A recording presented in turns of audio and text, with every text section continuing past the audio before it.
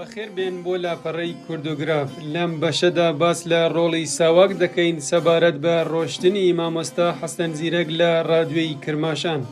لە بەشەکانی پێشوودا باسمان لە دۆسیەی مەزهەری خالقی و شکرۆڵای بابان و خودی حەسەن زیرەک و مێدیای زەندی کرد.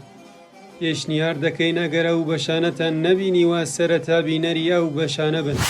دۆسیەی ژمارە 5 ساواک. کۆمەڵێک خەڵک لەو بڕوایەدان کە لە پشت هەموو ئەم ڕووداوانەدا دەستگای ئەمنی ساواک هەیە و بە شێوەی ڕاستەوخۆ و ناڕاستەوخۆ دەستی هەبووە لە دوورخستنەوەی حەسەن زیرەک لە ڕادیۆی کرماشان و دەربەدەری زیرەک. کاک ئەنوەری سولتانی دەڵێ کە حەسەن زیرەک کەسێکی نیشتیمان پەروەر بووە و بە نەوعێک سیاسی بووە.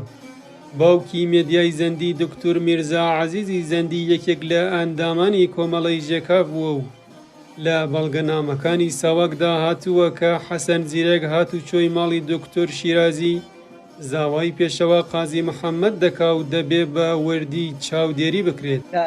ساواک لە کتێبێکی بەنێوی چەپتەر ئیران ژیننامەی هەندێک خەڵکی تێدایە، یەکێ لە ژیننامەکانی حەسەن زیرەکە لەدا باز دەکات، دەڵێ لە زەمبیل بووە بیستویانە بیبەن بۆ سەر ڕادیۆی شۆڕەشی ئەیلول، ڕادیۆی بارزانی. هەر ساواک دەڵێ دەبێ ئاگامان لێ بێت چونکو ئەو هاتوچۆی ماڵی دکتۆر شیرازی دەکات. دکتۆر شیرازی خەڵکی مەهاباد بوو، سیاسی بوو.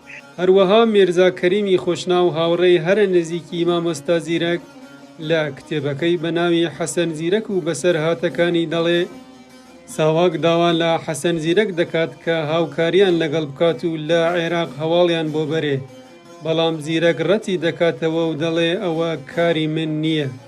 هەر بۆیە هەمیشە ساواک بەگومان سەیری زیرەکیان کردووە. دکتۆر مەولود ئیبراهیم نووسەری کتێبی ساواک بۆچی حەسەن زیرەکی کوژ دەڵێ کە 5 راپۆرتی ساواک لەسەر حەسەن زیرەک و مێدیای زەندی هەیە و ئەم راپۆرتانە راپۆرتێک نین کە لەسەر هونەرمەند و بێژەرێکی ڕادیۆ نووسرابێ و بەڵکو لەسەر کەسێکی سیاسی و نەیاری دەسەڵات نووسراون.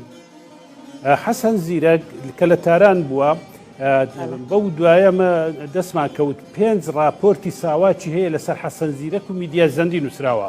ئەو راپۆرتانە گەر بخوێنیەوە راپۆرتێک نین لەسەر هونەرمەندێکی گۆرانی بێژ و گۆیندەیەکی ڕادیۆ نووسرابێ، راپۆرتێکن لەسەر کەسێکی سیاسی نەتەوەی دژ بە شای ئێران نووسراون. دەرێ دێ زۆر دەبێت بە وردی چاودێری بکەین لەبەرەوەی وا مانای دەکەوێتەوە کە حەسەن زیرەک زۆر خەتەرە. هەر ئەوەش بوو لە ڕادیۆی کرماشان دەریان کرد. دکتۆر مەولود ئیبراهیم لە کتێبەکەیدا ئەم راپۆرتانەی خستووەتە ڕوو. لە یەکێک لەم راپۆرتانەدا نووسراوە بەرنامەی کوردی ڕادیۆی تاران بووەتە ئامرازێک بۆ پەیوەندیکردن بە کوردانی عێراقەوە و حەسەن زیرەک لە ڕێگەی ژنەکەیەوە واتە مێدیای زەندی پەیام ڕەوانەی کەسانێک لە کوردستانی باشوور دەکات.